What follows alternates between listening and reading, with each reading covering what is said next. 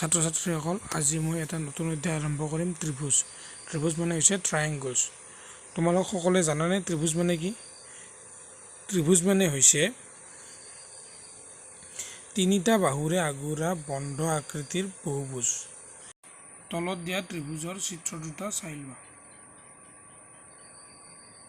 এতিয়া আমি চাম সদৃশ চিত্ৰ। সদৃশ চিত্ৰ মানে কি? তোমালোকে তলত দিয়া বৃত্ত দুটা চাই লোৱাচোন। বৃত্ত দুটাত কি আছে? দেখিবলৈ প্ৰায় একেই, কিন্তু ইয়াৰ কি আছে? আকাৰটো বেলেগ বেলেগ। এনেকুৱা ধৰণৰ চিত্ৰবোৰে হৈছে সদৃশ চিত্ৰ।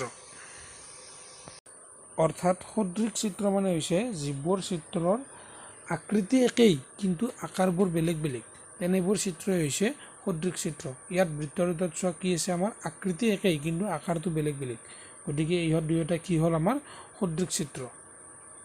সকলোৱে বুজি পালানে? একেদৰে ত্ৰিভুজ দুটাত চোৱা, ত্ৰিভুজ দুটাত আমাৰ কি আছে? আকাৰটো বেলেগ বেলেগ আছে কিন্তু আকৃতি একে। দুয়োটাৰে কি আছে? আমাৰ বাহুবোৰৰ অনুপাতটো একে একে হ'ব। চোৱা, বাহু এটাৰ যদি বাহু 20 আছে, আনটো সৰুটো ত্ৰিভুজৰ কি আছে? বাহু এটা 10 চেণ্টিমিটাৰ, আৰু বাকীকেইটাও একে অনুপাততে আছে, গতিকে ত্ৰিভুজ দুটা সদৃশ। অৰ্থাৎ দুটা চিত্ৰ কেতিয়া সদৃশ হ'ব? যেতিয়া সিহঁতৰ অনুৰূপ কোণবোৰ সমান হয় আৰু সিহঁতৰ অনুৰূপ বাহুবোৰ একে অনুপাতত বা সমানুপাতত থাকে, তেতিয়াহ'লে কি হ'ব? চিত্ৰ দুটা সদৃশ হ'ব। তোমালোকে তলত দিয়া চিত্ৰটোত চোৱা, চিত্ৰটোত দিয়া বৰ্গ দুটাৰ আকাৰ বেলেগ বেলেগ কিন্তু আকৃতি একে, কিয়নো সিহঁতৰ অনুৰূপ কোণবোৰ সমান আৰু অনুৰূপ বাহুবোৰ কি আছে? আমাৰ একে অনুপাতত বা সমানুপাতত আছে, সেয়েহে দুয়োটা সদৃশ। এতিয়া আমি অনুশীলনী 6.1 আৰম্ভ কৰিম। 1 নম্বৰ প্ৰশ্নটো দিয়া আছে, কাষৰ বন্ধনীত দিয়া শুদ্ধ শব্দৰ সহায়ত খালী ঠাই পূৰ কৰা। গতিকে আমি ইয়াত কৰিম কি? প্ৰথম 1 নম্বৰ প্ৰশ্নটো দিছে কি আমাক? সকলো বৃত্তই ডেছ সৰ্বসম সদৃশ। আমাৰ কি হ'ব? সদৃশ হ'ব, কিয়নো বৃত্তবোৰৰ ব্যাসাৰ্ধ অনুযায়ী ইয়াৰ আকাৰ বেলেগ বেলেগ কিন্তু ইয়াৰ কি হয়? আকৃতি একে। একেদৰে 2 নম্বৰ প্ৰশ্নটো আমাক কি দিয়া আছে? সকলোবোৰ বৰ্গই সদৃশ বা সৰ্বসম। আমাৰ কোনটো হ'ব? ইয়াতো আমাৰ সদৃশ হ'ব, কিয়নো সকলোবোৰ বৰ্গ আকাৰতহে বেলেগ বেলেগ কিন্তু ইয়াৰ কি থাকে? আকৃতিটো একে হয়। 3 নম্বৰটো দিছে সকলো ডেছ ত্ৰিভুজ সদৃশ।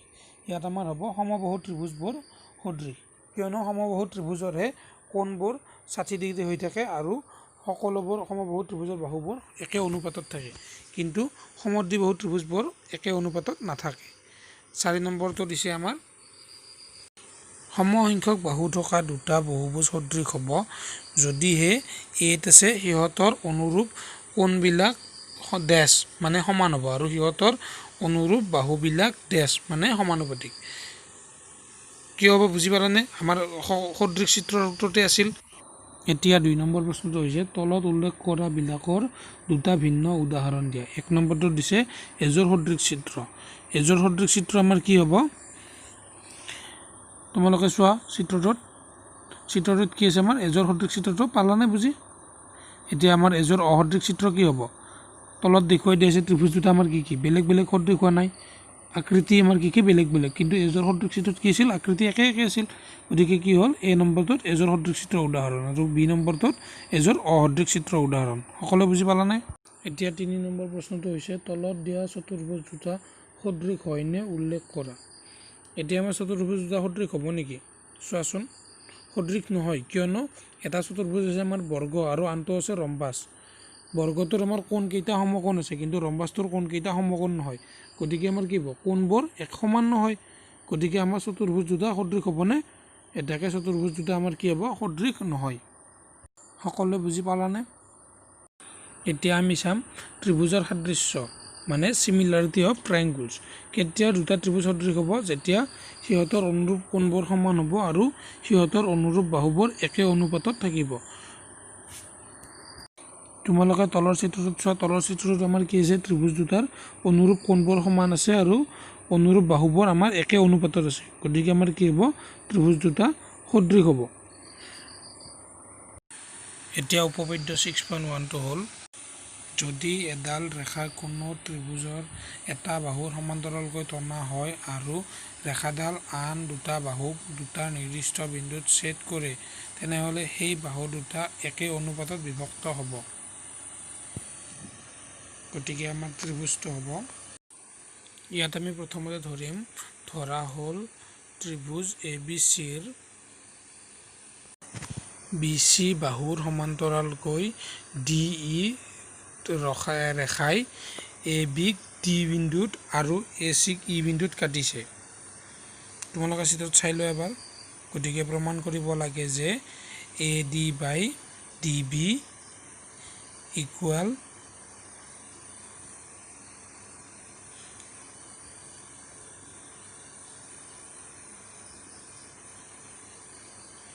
AE বাই EC। এতিয়া আমি কৰিম কি DC আৰু BE সংযোগ কৰিম। গতিকে DC আৰু B, E সংযোগ কৰা হ'ল।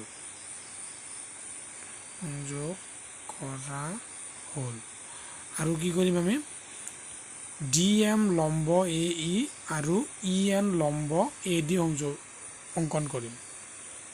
গতিকে লিখিম আৰু DM লম্ব AE আৰু EN লম্ব AD অঁকা হ'ল।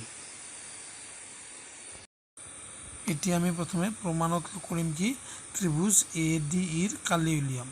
ত্ৰিভুজ ADEৰ কালি কি হ'ব? তোমালোক সকলোৱে জানানে ত্ৰিভুজৰ কালিৰ সূত্ৰটো কি? ত্ৰিভুজৰ কালিৰ সূত্ৰটো হ'ল হাফ পূৰণ ভূমি পূৰণ উন্নতি। গতিকে আমাৰ যদি আমি ভূমিটো AD বুলি ধৰোঁ তেতিয়াহ'লে কি হ'ব? ভূমি AD। গতিকে আমাৰ উন্নতি কি হ'ব? AD সাপেক্ষে উন্নতি হ'ব কি EN, কাৰণ EN লম্ব AD।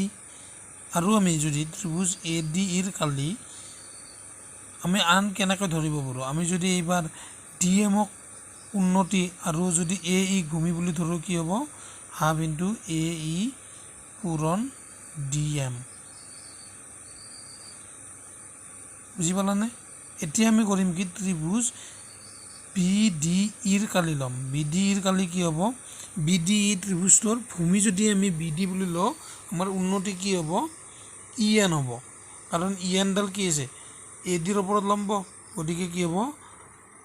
BD পূৰণ EN। আৰু একেদৰে ত্ৰিভুজ এইবাৰ যদি আমি DEC লওঁ কি পাম আমি? DECৰ কালি সমান আমাৰ DEC ত্ৰিভুজটোত কি হ'ব? ভূমি হ'ব EC আৰু আমাৰ লম্ব হ'ব কি DM, কাৰণ DM AEৰ ওপৰত লম্ব। গতিকে কি হ'ব? EC পূৰণ DM। আমি এতিয়া কি পালোঁ? ত্ৰিভুজকেইটাৰ কালি পালোঁ। এতিয়া আমি যদি লিখোঁ ত্ৰিভুজ ADEৰ কালি বাই ত্ৰিভুজ BDEৰ কালি। ADEৰ লগত আমি কি ল'লোঁ এইবাৰ? BDEৰ ল'লোঁ। BDEৰ কালি। গতিকে কি হ'ব? আমি যদি প্ৰথমটো ADE লওঁ তেতিয়াহ'লে কি হ'ল আমাৰ half into AD into EN। আৰু আমাৰ BDEৰ কালি কি আছিল? Half into BD into EN। গতিকে আমাৰ কি হ'ল? EN cancel, half half cancel. গতিকে কি পাম? AD বাই DB। একেদৰে যদি আমি ত্ৰিভুজ এইবাৰ যদি তলৰ ADEটো লওঁ কি পাম? ত্ৰিভুজ ADEৰ কালি বাই ত্ৰিভুজ DECৰ কালি। গতিকে DECৰ কালি ল'লে কি পাম আমি? ওপৰত পাম half into AE into DM আৰু তলত পাম DECৰ কালি কি পাইছোঁ? Half into EC into DM। গতিকে DM কেঞ্চেল গ'ল, হাফ হাফ কেঞ্চেল গ'ল, পাম আমি AE বাই EC। কিন্তু আমাৰ ত্ৰিভুজ BDE আৰু DEC কি আছে? একে ভূমি DEৰ ওপৰত আছে। আৰু কিয় ক'ত আছে? আমাৰ B আৰু BC যি ৰেখাডাল কি আছিল? আমাৰ DEৰ সমান্তৰাল আছিল। গতিকে আমাৰ কি আছে? BC ৰেখা আৰু DEৰ মাজত আছিল আৰু ভূমি DEৰ ওপৰত আছে। গতিকে কি হ'ব? ইহঁতৰ কালি কি হয়? আমি জানো যে যদি দুটা ত্ৰিভুজ দুডাল সমান্তৰাল ৰেখাৰ মাজত থাকে আৰু একে ভূমিৰ ওপৰত অৱস্থিত হয় তেতিয়াহ'লে ত্ৰিভুজ দুটাৰ আমাৰ কি হয় কালি একে হয় গতিকে কি হ'ব ত্ৰিভুজ বি ডি ইৰ কালি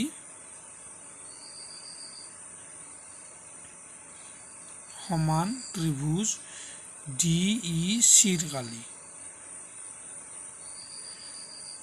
গতিকে যদি আমি ওপৰতো 1 আৰু তলতো 2 বুলি ধৰো কি পাম 1 আৰু 2 ৰ পৰা পাম যেহেতু আমাৰ বি ডি ইৰ কালি আৰু ডি ই চিৰ কালি একে আছে গতিকে আমাৰ কি হ'ব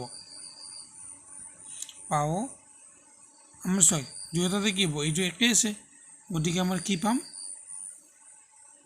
ত্ৰিভুজৰ কি হ'ব কালি দুয়োটা সমান হ'বনে নহয় সমান হ'ব কাৰণ ওপৰতো এ ডি একে আছেই আৰু তলৰ ত্ৰিভুজ দুয়োটাও সমান গতিকে কি হ'ব A D by D B equal A E by E C গতিকে আমাৰ কি হ'ল প্ৰমাণ কৰা হ'ল নে হ'ল প্ৰমাণিত বুজি পালানে আটাইয়ে সকলোৱে লিখি লোৱা এইবাৰ উপপাদ্য 6.2 হ'ল যদি এডাল ৰেখাই এটা ত্ৰিভুজৰ যিকোনো দুটা বাহু একে অনুপাতত ভাগ কৰে তেনেহ'লে সেই ৰেখাডাল তৃতীয় বাহুৰ সমান্তৰাল গতিকে আমি প্ৰথমে ত্ৰিভুজটো আঁকি ল'ম ত্ৰিভুজ এ বি চিত ডি ই ৰেখাই এ বিক ডি বিন্দুত আৰু এ চিক ই বিন্দুত ছেদ কৰিছে যাতে কি হয় আমাৰ এ ডি অনুপাত ডি বি ইকুৱেল এ ই অনুপাত ই চি হয় গতিকে আমি ধৰিলাম কি ধৰা হ'ল এ বি চিৰ ডি ই ৰেখাই এ বিক ডি আৰু এ চিক ই বিন্দুত কাটিছে যাতে কি হয় আমাৰ অনুপাত দুটা সমান হয় অৰ্থাৎ যাতে A D by D B equal A E by E C এতিয়া প্ৰমাণ কৰিব লাগে যে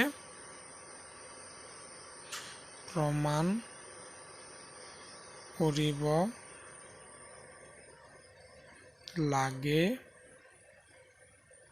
যে ডি ই সমান্তৰাল বি চি গতিকে আমি প্ৰথমতে কৰিম কি প্ৰথমতে আমি ধৰি ল'ম ডি ই আমাৰ বি চিৰ সমান্তৰাল নহয় অৰ্থাৎ যদি সম্ভৱ ডি ই বি চিৰ সমান্তৰাল নহয় আমি এডাল বি চিৰ সমান্তৰাল ৰেখা কি আঁকিম ডি ই ডেছ আমি বি চিৰ সমান্তৰাল ৰেখা আঁকিম কি হ'ব আমাৰ ডি ই ডেছডাল বি চিৰ সমান্তৰাল ৰেখা হ'ল গতিকে আমাৰ কি হ'ব ডি ই ডেছ বি চিৰ সমান্তৰাল গতিকে আমাৰ প্ৰথম উপপাদ্য মতে কি পাম আমি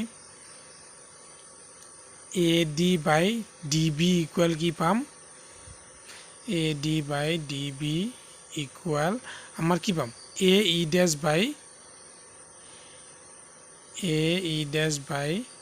ই ডেছ চি কাৰণ কি আছে আমাৰ ডি ই ডেছ বি চিৰ সমান্তৰাল যদি আমি A D by D B equal A E by চিক 1 আৰু এইটোক 2 বুলি ধৰো কি পাম আমি 1 আৰু 2ৰ পৰা পাওঁ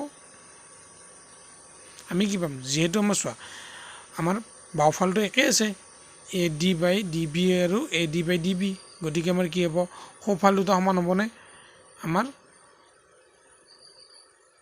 সোঁফাল দুটা সমান হ'ব এ E by E C equal A E dash by E dash C অৰ্থাৎ আমাৰ কি হ'ব ই আৰু ই ডেছ একেটা বিন্দু হ'বনে হ'ব কাৰণ কিয় আমাৰ অনুপাত দুটা এ ই ইকুৱেল ই ডেছ ই চি আৰু এ ই ডেছ ইকুৱেল ই ডেছ চি গতিকে সমান হ'ল গতিকে ডি ই সমান্তৰাল বি চি গতিকে প্ৰমাণিত বুজি পালানে আমাৰ কিয় আমাৰ এইটো ডি ই সমান্তৰাল বি চি হ'ল যিহেতু আমাৰ কি আছিল আমি ধৰি লোৱা ডি ই ডেছডাল আমাৰ ডি ইৰ সমান হ'ল কাৰণ ই আৰু ই ডেছ দুয়োটা একেটাই বিন্দু গতিকে আমাৰ কি হ'ল ডি ই বি চিৰ সমান্তৰাল হ'ল সকলোৱে বুজি পালানে সকলোৱে লিখি লোৱা বাকীখিনি মই নেক্সট ভিডিঅ'টোত তোমালোকক দিম please like comment share and subscribe the channel